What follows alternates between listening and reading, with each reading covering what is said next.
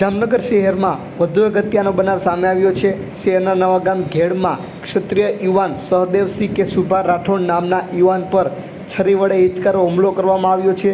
ઘવાયેલા યુવાનને સારવાર અર્થે જીજી હોસ્પિટલમાં ખસેડવામાં આવ્યો હતો, પણ ત્યાં સારવાર મળે તે પહેલાં જ યુવાનનું મૃત્યુ નીપજ્યું હતું। ત્યારે યુવાનનું મૃત્યુ નીપજતા આ બનાવ હત્યામાં પલટાયો હતો। ત્યારે જામનગર સિટી બી ડિવિઝન પોલીસને જાણ કરતાં પોલીસ ઘટના સ્થળે દોડી ગઈ હતી અને વધુ તપાસ હાથ ધરી હતી।